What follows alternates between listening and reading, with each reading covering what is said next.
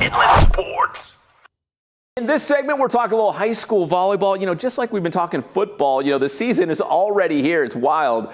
She is the head coach for the Redlands Terriers. Coach Flowers joined us here on the show. And Coach, you know, real games, real matches start this upcoming week. You know, Redlands, we'll talk about the Queen's Court, but you guys were great at the Queen's Court. Are you excited based on the success you had at Queen's Court going into the season? Do you like your group? I do. We have a solid team, a lot of team chemistry.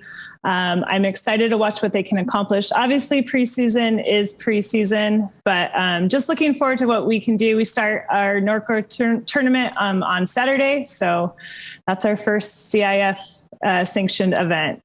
Yeah, so the Queen's Court is kind of that preseason thing. It doesn't count in your win-loss record. And I know some coaches go in because they're maybe adjusting their lineup and they want to see what certain players do. But you guys went in there and you won your division. What did you guys do well at Queen's Court to bring home that championship? One of the things I think we did was we just competed. You know, it's a long tournament. It's hot in that gym, and after Sunday's pool play, we saw Chino Hills again, who's a solid team. And we just came out fired up. So I think just digging deep, playing a long day, and learning how to battle through breaks and seeing an opponent we already played. I liked the competitive nature that we had. Yeah, and the Queen's Court, you know, if people aren't familiar, I mean, that's like all of Southern California. There's so many great teams and players and coaches that go to Queen's Court. But Coach, you mentioned, you know, it's going to get real. You know, it's, you know, next Saturday going to the Norco tournament. Are you hoping what you guys did at Queen's Court kind of carries over that same mentality, that same, you know, perseverance and hard work and all those sorts of things kind of carries over into the real season? Yeah, I'm definitely looking forward to seeing some other people on the court, seeing how they can step up and carry their position. I have a couple girls on a sit-out period, so they will be able to resume on the 13th of September, our league opener, so that's good. But just giving girls a chance to step up and really, you know, build that chemistry so we're have a bench that I can turn to and that can step up in tight situations. Coach, you mentioned getting ready for league play. If anyone follows local volleyball and they watch the Inland Sports Show, you know, we have a number of local volleyball coaches on, and we know the CBL is so good. There's so many great programs, and, you know, the addition of Beaumont a couple of seasons ago to the CBL just made it even stronger. When you look at the CBL top to bottom, I mean, do you feel like Redlands has a chance when the dust settles to be one of those teams in the mix for that CBL championship at the end? Yes, I do. I think we need to make sure that we stay humble and we stay hungry. We have a lot to do to balance our offense. But watching some of the other teams, we're going to be right there with them. This is my 11th year. I've been chasing that CBL title. I've lost it twice in 5-set matches. So I'm hoping that we can just finish strong and keep going. You know, speaking of chasing that CBL title, you guys really turned things around, especially last year. Like, do you feel like, hey, we're at least trending in the right direction? We're heading that way.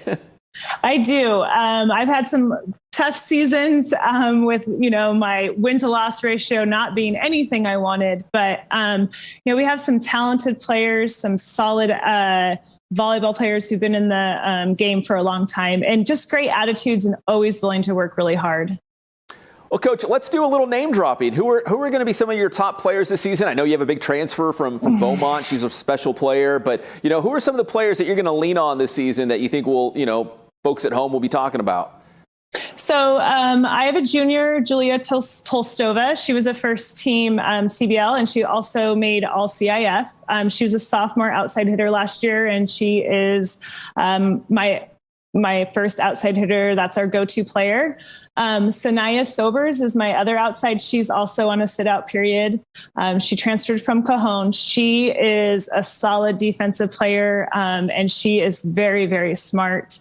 I have Bella Faroki, who's my returning libero, her and Julia passed a 2-man serve receive and just came through. And then Kaylee Joy and Diana Castro are my middles. Lauren Ryder is going to be my setter for preseason for this first month, and she plays great. Right back defense when Maddie Brown will be able to play. So I'm confident that I'll have some players that come off the bench. I have a freshman who is a surprise, who's got a wicked serve. So Ava Reyes will be in there. And then, I carried a smaller squad this year than I have in the past. So, Ariana Romero and Eva Larondo will get in there. And then Ava Avila will split some time with my libero and back row. So I expect a lot of attention to be on Julia. She's our kill leader, and she's fierce. So. Well, Coach, this happens in every sport, football too, because, like you said, you have some players that come into the program and they might have to sit out, 30 days or whatever that is. So the football team in week 1 might look a lot different when you get to week 6 because you have, some new faces that are eligible. So do you feel like, with the program, your program, like the younger players might get some great experience and playing time while some of these other players are waiting for their chance to, see the court when league play begins, that maybe this might be a blessing in disguise for some other players to really get some good minutes out on the court? Yeah, so Lauren Ryder is my sophomore setter, and before I got the transfer from Beaumont, she was going to be running the court no matter what. So I'm really excited to see her step up and to set the ball for my big outside and my middles. Gain some confidence. She was a starter last year as a freshman in the DS position, and she came up big in CIF playoffs. So looking to the future, I have Maddie for a year since she's a senior, and Lauren is the future of our setting for the next 2 years after that. So I think that she will rise to the occasion. I'm excited to see her run the court for sure. So that's exciting for me. Coach, too, obviously you guys are built to win right now, but it sounds like you also have a foundation of some great younger players that you should be in good shape, right, for the foreseeable future. Yeah, I did my freshman tryouts for my freshman team today, and, looking at who we're going to graduate, we just have a few positions next year, which is tough, but it's also good that we have our core group coming back. We're going to lose our libero and one of our middles, and obviously one of our setters. But I see those positions being filled either on my JV team or the people who I have coming in off the bench for them. Coach, when you look at your non-league schedule, I don't have it in front of me, but the teams that you're going to face, the Norco tournament, those sorts of things, that level of competition, do you feel like that's going to get you ready for the same level of competition you'll see in the CBL? Because you already know, we could talk about Beaumont and Ukaipa and Cajon had a great season last year. You're going to see some really good teams. Yeah, so we see I just got our Norco schedule. We see Etiwanda and Norco, good, solid teams from the beginning. And then we go into preseason with Serrano and Roosevelt, both solid teams. Saw Roosevelt at Queens Court, and they are good. And then, so I try to set my schedule with the competition that I want my players to be ready for. Mm-hmm. We moved up 2 divisions, which I'm a little bit bummed about. So we're going to see that level of competition throughout the season. You guys were too good last year. That was the problem. You were too good last year.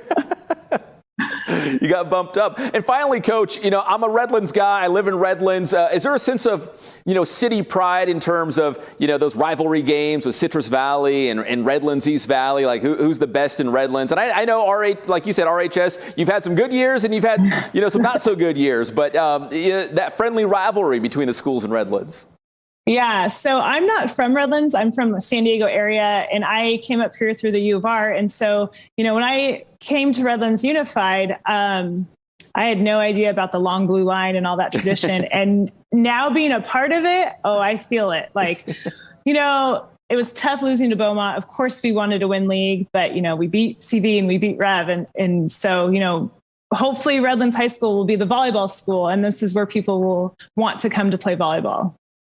Yeah, those are big matches in CBL play. Coach Flowers, thank you so much for your time. This was a lot of fun. I really appreciate it. And best of luck as you guys get things going at the Norco tournament. That's exciting.